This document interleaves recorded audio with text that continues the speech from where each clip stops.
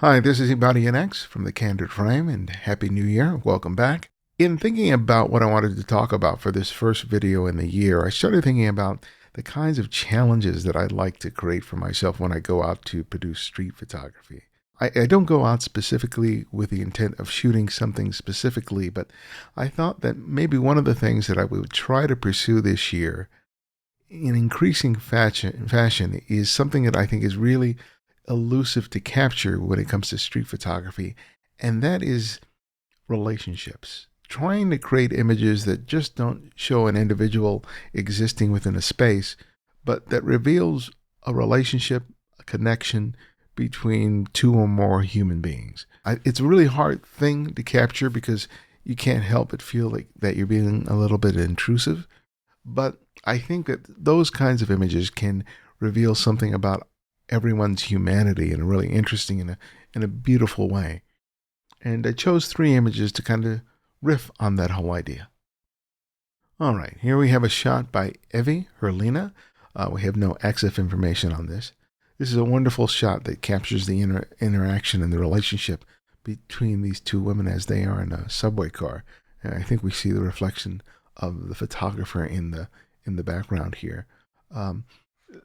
I really like the relationship that's evoked in this particular shot. You can see just by the proximity of their bodies to each other that they are very intimate, that they know each other, that they're very comfortable with each other, and just the way that their hands are moving as they are talking, with the woman on the left raising her hand in gesture, but coming very close to that person's face. So there's a certain feeling of safety that these two have with each other.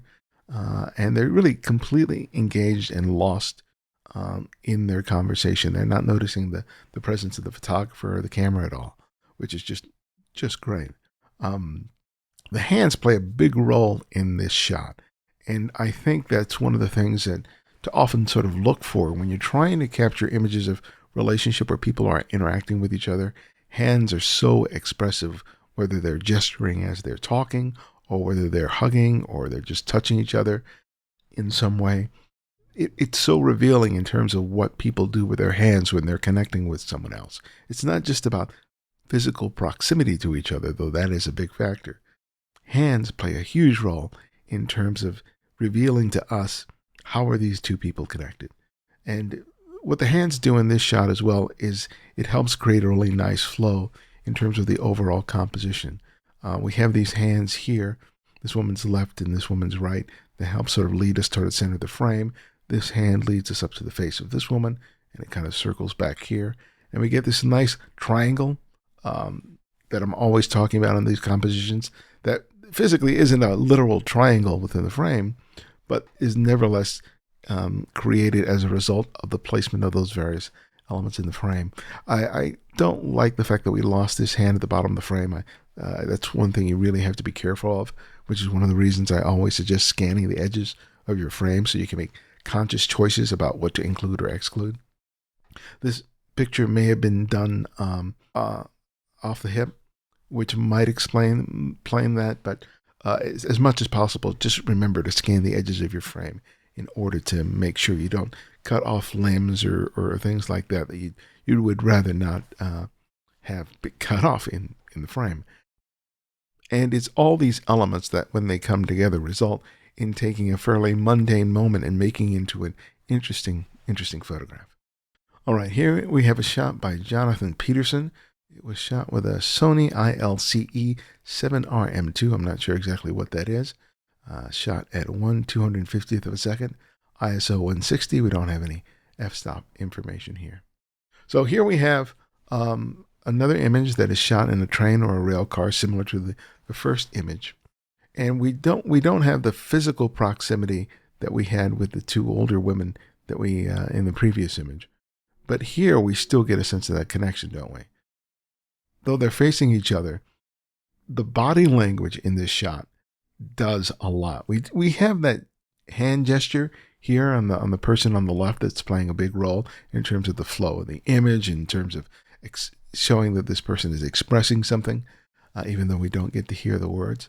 But it's the body language of this boy here that conveys so much. The way that he's leaning forward as if to not only listen more carefully, but just to show that he's engaged. I like the contrast of his body language versus the presence of his phone that's in his left hand. So many shots we see with people with their phones. They're more engaged with their phones they are with another human being. And I like the fact that this image sort of captures a moment where the relationship between him and this other boy is more important than anything that's happening on the phone. That seems completely antithetical to most of the interactions that we typically see outside in the world. I mean, how many times have you gone to a restaurant that's full of people at a table, a time that you should be eating and interacting, and maybe half of those people are busy on their phones, especially if they're teenagers? This image is a complete contrast to that, and it's one of the reasons I find it so engaging. The expression on the face, the body language, the hand gesture, the light is really, really great. Jonathon here makes great use of a limited depth of field. I suspect it was probably shot at something like maybe 2.8, maybe a little wider. But it works so nicely in so many different ways. Again here, I know I talk about triangles all the time, but you can see it here. There's several different triangles here. There's this one triangle here that's created by the crook on the arm, but it's also created here. And it's those triangular shapes, I can't say enough of how they can inform how a shot flows and how it feels when you're taking a look at it visually. I'm always on the hunt for those implied triangles in my compositions, because I know from experience that they help so much in me sort of analyzing the scene and making an interesting composition. But back to the idea of this whole video is moments like this are happening all the time, but you have to be paying sort of careful attention to how people are interacting with each other and sort of anticipate moments when they're going to react to each other. If I see a group of people standing on a street corner talking with each other, I kind of know that at some point there's going to be some laughter that's going to occur.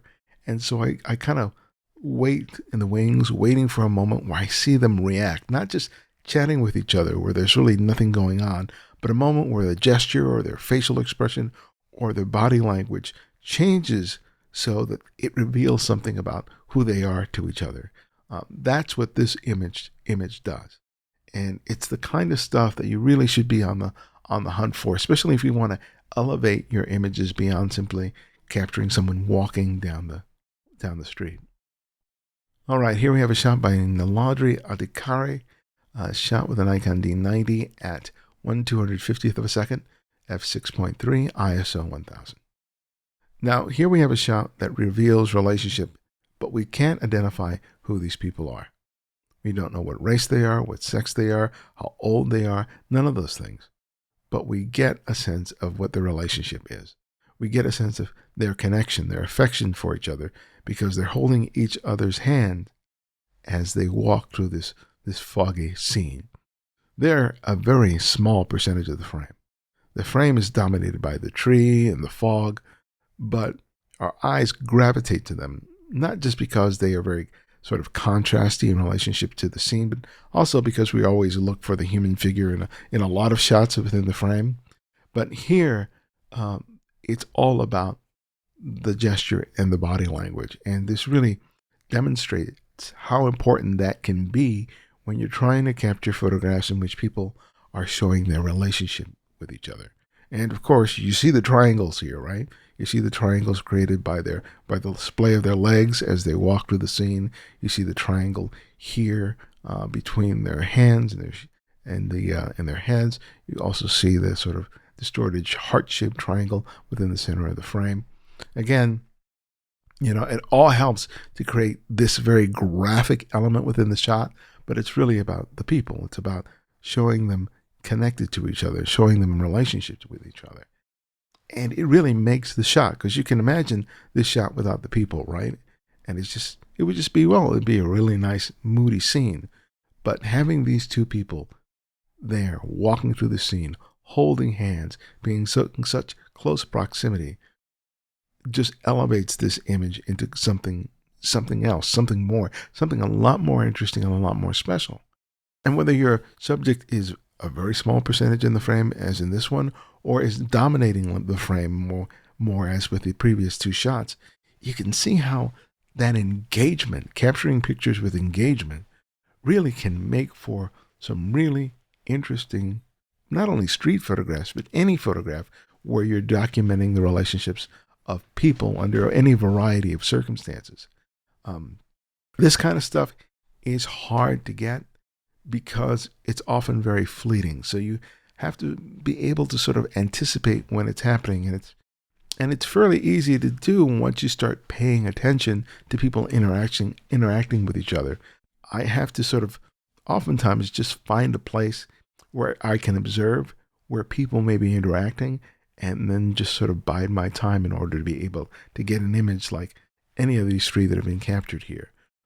They happen all the time, but if you're basically hunting, walking endlessly down the street and just snapping away, more than likely you won't capture that. And for me, that's why it's a big challenge for me this year to try and capture, because it's reminding me to slow down, take my time, sometimes just camp out and just be patient and just observe.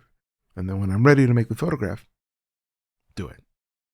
All right, if you want to submit images to the Candid Frame Flickr group, all you have to do is go to the Candid Frame here on Flickr and just ask to be added. I usually get to the queue about 2, maybe 3 times a week, and then I'll add. So I may not be able to do it immediately, but I'll get to it as soon as I can. We have thousands of people on the board and countless images uploaded every week. So take a look at what some of the other people are uploading. It's really fantastic, fantastic stuff. And if you've not heard of the Candid Frame is actually a podcast that I've been producing for going on 11 years. We start our new season this coming weekend. And it's conversations with photographers about their work, about their careers. We don't talk a lot about equipment or anything like that. We talk about photography. And if you're interested in that, visit thecandidframe.com and you can check out the interviews that we've had. Our last interview was with military veteran and combat photographer Stacy Pearsall. Wonderful conversation. Amazing woman, has an amazing story to tell. She's been doing a project on doing portraits of veterans of conflict and war from several different wars going back, I think, probably to the Korean conflict and World War II and the more recent comments as well. Fantastic work and a great story. You really need to check it out. We do have an app available for the show, so you can listen to it on your smartphone or device, and you'll find links for that here on the webpage at thecandidframe.com. And one other thing is that some people have asked me whether I do one-on-one critiques, and I do that. I've just created a link on the website here. And if you go to workshops and go down to online critique, what we do is you can submit some images to us or direct me to your website or a collection of work on Flickr or elsewhere. And we take an hour to talk about whatever you want to talk about in terms of your work, whether it's building a portfolio, looking at a personal project, or just looking at select images. It's just $125. And we will record it using a Google Hangout so that once it's done, you'll be able to go and review it at a later date. And it's completely private, so no one else will have an opportunity to see it unless you choose to. So if you want to go check that out, just go to the Candid Frame website, click on workshops, and go to online critique. And hopefully we can sit down and have a chat. So thanks again for joining me, and I'll see you next time.